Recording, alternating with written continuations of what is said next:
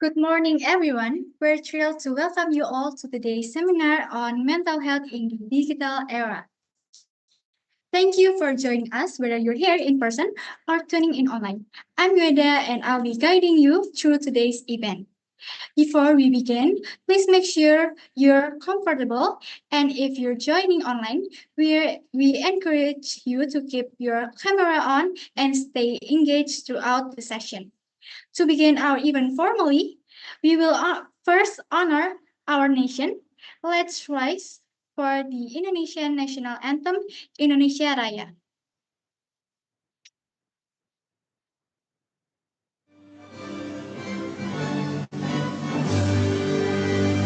Indonesia tanah airku, tanah tumpah darahku. Di sanalah aku berdiri, jadi pandu hidupku. Indonesia kebangsaanku, bangsa dan tanah airku. Marilah kita bersatu, Indonesia bersatu. Hiduplah tanahku, hiduplah negeriku, bangsaku, rakyatku semuanya. Bangunlah jiwanya, bangunlah badannya, untuk Indonesia Raya. Indonesia Raya, merdeka, merdeka, tanahku, negeriku yang ku cinta. Indonesia Raya, merdeka, merdeka, hiduplah Indonesia Raya. Indonesia Raya, merdeka, merdeka, tanahku, negeriku yang ku cinta. Indonesia Raya, merdeka, merdeka, hiduplah Indonesia Raya.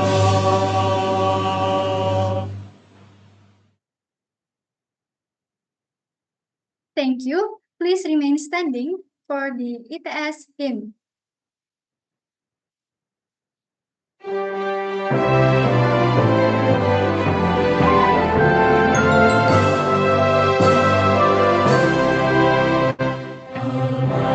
Materku yang ku cinta, ibu yang memberi desa, tak membara semangatku, cita-citamu tak kendur. 10 November 45 menoreh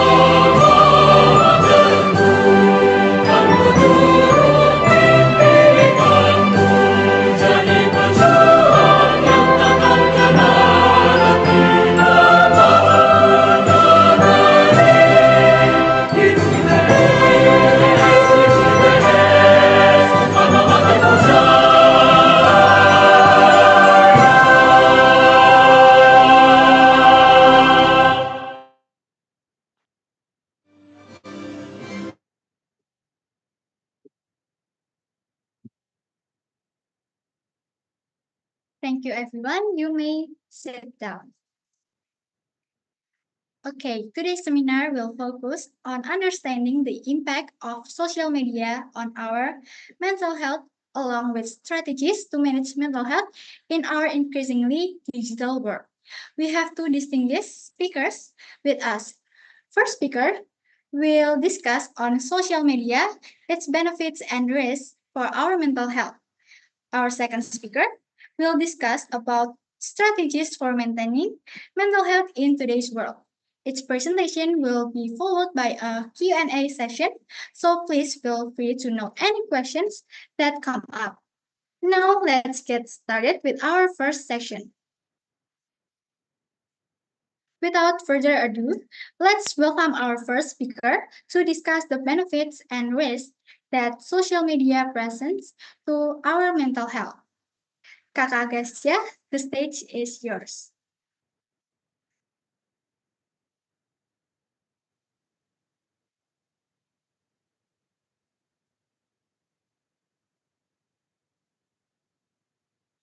Okay, good afternoon, everyone. Thank you for joining today's seminar. Today, I'm Kakak Gastia. I'll be talking about the benefits and risks of social media for our mental health. Social media has become a huge part of our lives, not just as a source of entertainment, but as a space where we connect with others, share experience, and express our feelings. Imagine opening Instagram or Facebook in the morning to see friends' travel photos, read about new job opportunities, or discover a new hobby. It connects us, help us celebrate achievements, and keep us in touch with those we care about. However, social media also has a complex impact on our mental health, influencing us in ways we may not immediately realize. So, let's explore this together, starting with the positive side. Okay, first, let's look at the role social media plays in our daily lives. Social media acts as a source of connection, platform to share experience, and also place to express feelings. The first one is source of connection. It keeps us connected to family, to friends, and even people we have never met in person. The second one is platform to share experience. We use it to share our moments, photos, and thoughts with the world. And the last one is place to express feelings. For many people, social media has become an outlet to express emotions and personal challenges. For example, take Facebook.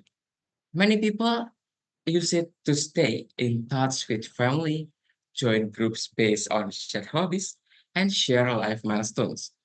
It's a place to feel connected, even from far away, where we can share feelings and celebrate achievements. But despite these benefits, it's essential to understand that social media also has complex effects on our mental health. Let's begin by looking at some of the positive mental health impacts that social media can provide. The first one is connection and support. Social media enables us to stay connected with family and friends, even across long distances. For example, during the pandemic, many people relied on platforms like WhatsApp, Zoom to stay close with family and friends, providing much needed emotional support in difficult times. The second one is access to resources. Social media is a powerful tool for learning, and many mental health advocates on TikTok, Instagram, and share their information about managing anxiety, stress, and also self care. This information can help people who may not have access to therapy so that they can still gain valuable mental health insights, and also feel less alone. And the last one is freedom of expression. For some people, social media is a platform to share stories, art, and also achievements. Consider platforms like Instagram or Twitter, where artists, writers, and musicians can share their creations. Posting art or writing online can be a way for people to express their emotions, share their perspective, and reach others who appreciate or relate to their experience. Okay, posting art or writing online can be a way for people to express their emotions, share their perspective, and reach others who appreciate or relate to their experience. This freedom of expression can build self-confidence and foster a sense of community. Okay, however, it's important to recognize that social media also has a darker side when it comes to mental health. So let's look at some of the risks. The first one is cyberbullying and also trolling. Unfortunately, social media isn't always a positive space. With the anonymity it offers, cyberbullying and trolling are prevalent. A study found that about 59% of US teens have experienced in cyberbullying, which often leads to mental health issues like anxiety and also depression. This harassment, enabled by the anonymity of social media, that can cause a significant emotional distress. And number two is addiction and time drain. Social media is designed to keep us engaged, and it's easy to spend hours scrolling. Have you ever opened Instagram just to check one notification and end up scrolling for an hour? This habit can impact our sleep, productivity, and also our relationships. Studies show that excessive time on social media disrupts productivity and creates an always on mentality that can harm life balance. And the last one is FOMO, or fear of the missing out. When we see other people seemingly perfect lives online, it can create anxiety around not living a full life. For example, scrolling through vacation photos or even updates can make us feel like everyone else is having more fun or achieving more, which can lead to loneliness, dissatisfaction, and low self-esteem. So, in conclusion, social media has both benefits and risks for our mental health. It connects us and provides valuable resources, but it also brings challenges like cyberbullying, addiction, and FOMO. So, what can do we do to manage this? Think of social media as a tool. Just as we wouldn't use a tool without caution, we should approach social media mindfully. For example, try setting daily time limits on social apps. Take breaks throughout the day and focus on positive, supportive communities. These small steps can help us enjoy the benefits of social media without letting it negatively impact our mental health. Thank you for listening, and I hope this provides helpful insight. I look forward to any question you may have. Okay, thank you, Agastya, for the insightful presentation. So we'll now open the floor for questions. For those of you joining online, please feel free to type your question in the chat or you can raise your hand. Okay, is there any question? I'm sorry, Mr. Agastya. Yes. I have some question here. As we know that you said before that social media has some negative effects and those challenges you said. Here's the question. How can people more mindfully avoid this negative effect and to manage the challenge and how to avoid that? Okay, thank you. That's my question. Thanks for the opportunities. Okay, to answer that question, I have an answer. Using social media mindfully involves setting daily time limits to avoid excessive scrolling, focusing on following positive and supporting accounts, and taking regular breaks. Another helpful approach is practicing digital detox, where users go offline for a day or more to reconnect with the real world. So, by being intentional with social media use, people can enjoy benefits without falling into the trap of addiction or FOMO. That's my answer. Thanks for your answer. Okay.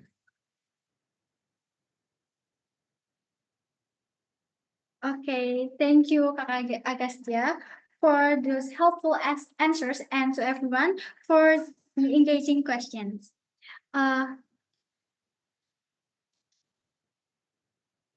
Up next, we will dive. You may leave the stage.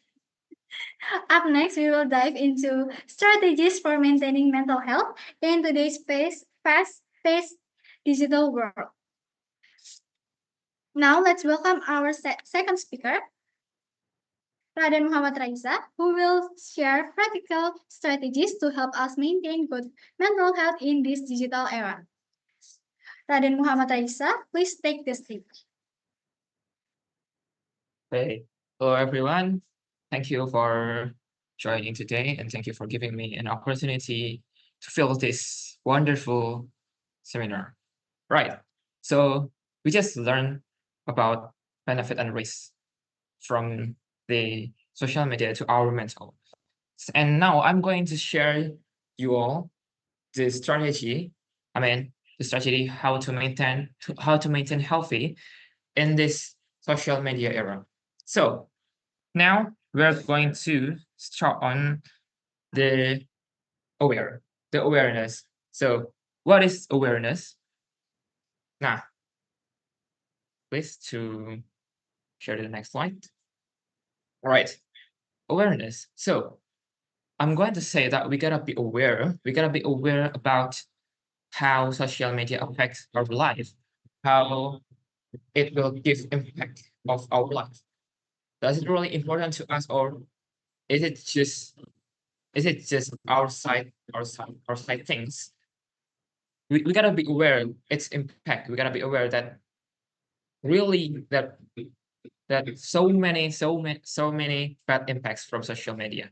So before we jump to social media, we have to know that there are so many consequences that we going to get.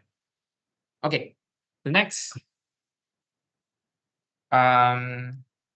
Sorry, can we go to the next slide? Yeah. After we being aware, we gotta know the techniques. I will share you the techniques. So basically, it's not a techniques. It is a tips and trick. First, we have to set time limits. As an example, I set my Instagram screen time like 2 hours per day because I think that's more than enough because you know Instagram is not our life. I mean, Instagram is just digital life. That's not a real life. And I will talk about real life in the next topics, but let's we talk about the next trick. Adjust your feed. What is adjust your feed? So we gotta select or we gotta adjust our feed just like we follow the positive account, such as we follow education account or anything that share goods. And we have to remove or we have to unfollow accounts or feeds that give you some bad influence that not really good for your mental. And then the third tricks for me is mindful scrolling. What is it? What is mindful scrolling? Mindful scrolling means that you have to be mindful when you jump to your social media.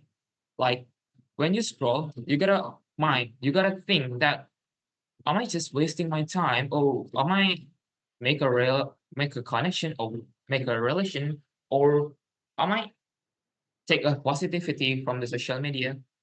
And if you already knew that you're just wasting your time when you scroll Instagram, you just stop it.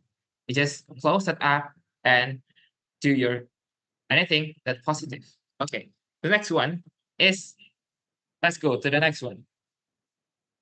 Building a support system outside social media. As I told you before, social media is not our real life. Social media is just like, just like a fake life. It's not fake life, just like digital life. But our real life is here. Our real life is in the earth. We have family, we have friends, we have co-workers. And if you want to avoid mental issue because of social media, you have to build like a support system here. Like I give you an example, like sometimes I'm joining family gathering with my family like twice a week or once a week, and I think that's good for our life. And also that's really good for our brain to refresh our brain from working issue or from anything that really make you stress because of this life. I know that this life is really sucks. I mean, yeah, because that's life. Okay, so we're going to jump to the last strategy. Nah, this is, I will call this strategy is inner peace, because peace is like peace, like peacefully, and inner is from your side, from your self, from inside your heart. You gotta make a peace.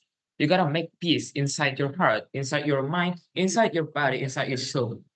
Because once um there is a great philosophy says that the goals of human is to be happy, is to be peace, is to seek peace. So as I told you before, social media like Instagram, Twitter, or WhatsApp group, or yada yada yada, or anything like that, it's not your real life. But your real life is here. Your real life is here, and you got your mind and heart to be free, to be peace, to be me. So, like, I'll give you some exercise. You gotta take a break from social media, and then pursuing your hobbies. Like for me, I like to play basketball. I play basketball like twice a week, twice or thrice a week, and that makes my heart happy. Even though I got a lot of work to do. I got lots of homework to do from my college, but I'm still managing to play basketball at least once a week, or even sometimes I play twice a week. That's really helped me to keep my mind fresh, and to keep my everything, to keep my soul better. And that's it. Yeah. Thank you for Thank you all for being here and for taking the time to listen to me. If there is any question for me, it would be great. Okay, thank you, Raden Muhammad Raisa. That was incredibly informative. Let's move on to the Q&A session. We'll now open the floor for questions. Is there any questions? Is there any question, guys? Okay, there's a question in the Zoom chat. Okay. You may please answer. Okay, so why is cyberbullying common on social media, and what impact does it have? Okay, so why is cyberbullying common on social media? I hope you are not the victim of cyberbullying, but okay, why is cyberbullying common on social media? Because social media has its anonymity, just like, you know, someone can fake their name or someone can hide their name, and then they just directly attack the victims. And for the second question, what impact does it have? It will affect the victim's life. Like the victim's going to be depression, or they will got anxiety, or anything that will worsen their life. And that's something that we have to stop. Okay, I hope that answer your question. Okay. Okay, thank you to Radhi Muhammad Aisa for those helpful answers and to everyone for the engaging question. You may wait the stage. Thank you. That brings us to the end of today's seminar. We hope you found the session insightful and that they provided you with valuable tools to navigate mental health in the digital age. Thank you to our speakers for sharing their expertise and to all of you for participating so actively.